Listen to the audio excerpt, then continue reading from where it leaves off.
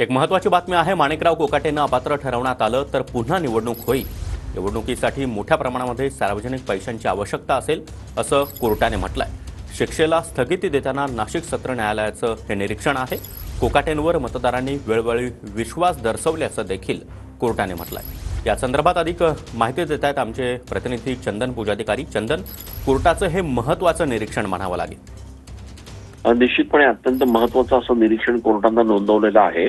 जवळपास 30 वर्षांपासून माणिकराव कोकाटे हे सार्वजनिक जीवनात आहेत।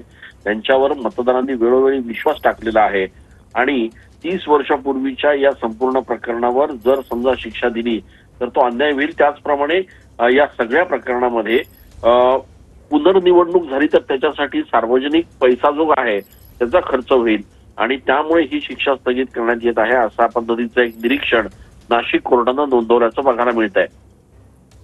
नक्की चंदन, धन्यवाद या माहितीसाठी।